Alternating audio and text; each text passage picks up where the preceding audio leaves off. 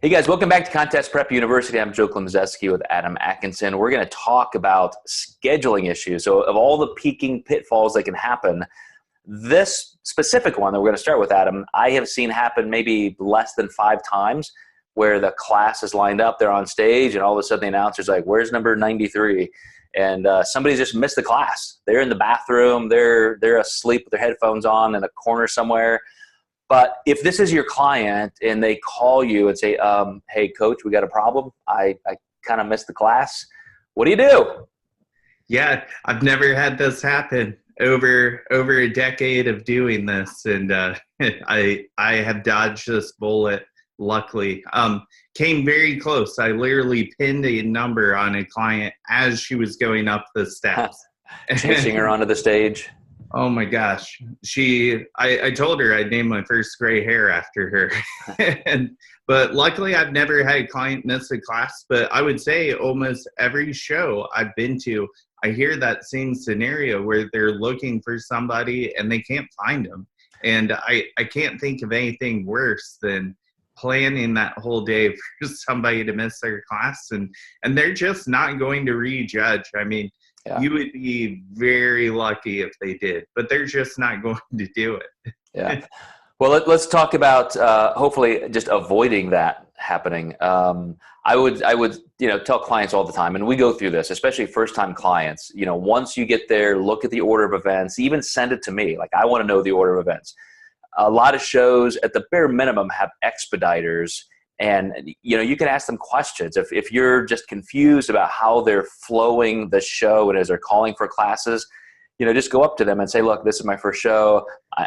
Here's the schedule. How long do you think it's going to be before I'm on? There are like 4 classes in front of me. At least just try and get that kind of information.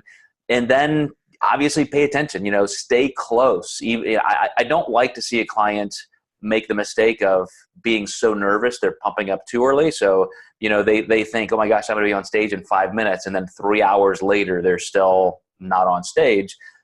But the opposite can be true. A lot of people get a little too relaxed, and all of a sudden it's like, oh my gosh, they're calling for my class and I'm still fully dressed.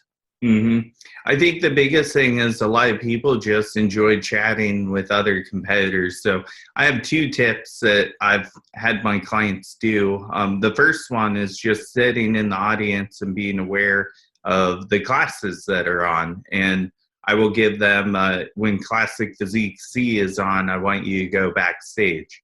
Or I have them just set an alarm where, like, every 10 minutes or every 20 minutes, I want you to come back and check and just kind of see how they're, calling the numbers, and, again, give them basically a target on when this class is up. Let's stay backstage and make sure that we're ready.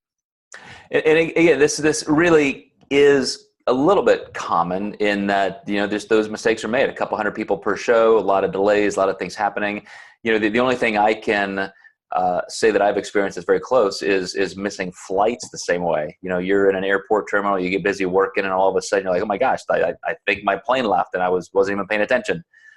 So again, this can happen. You guys have to be ready. This is game day. Just do everything you can to make sure that you're not going to miss that class. If you do miss it and that was your only class, like Adam said, you're not going to be rejudged. But I would still talk to the promoter and say, man, I don't know. I mean, can I still do my routine at the night show? Can I do something? Like, I don't want to be thrown out of the show. I still want to do something since I'm here. It would be worth that conversation. Absolutely. And that probably would be my suggestion, is a lot of people would want to say, like, screw it and leave. Like, do get on stage one more time, because, like, if you're in bikini, and I want to see your bikini under the lights, I want to see maybe that only one pose that you get to hit. But that would be, a chance for feedback that we can ask the judges, how did I look even though I missed my class? And, we can just kind of see what the total package looked like on stage. Absolutely. Good deal. All right, guys, stay tuned. We got a couple more episodes in this particular series, Peaking Pitfalls, and we're going to get a little bit more specific on contest day, something pretty serious coming up. And then also, maybe after the show's over, what do you do if X, Y, or Z happens? So stay tuned, and we'll see you next time in Contest Prep University.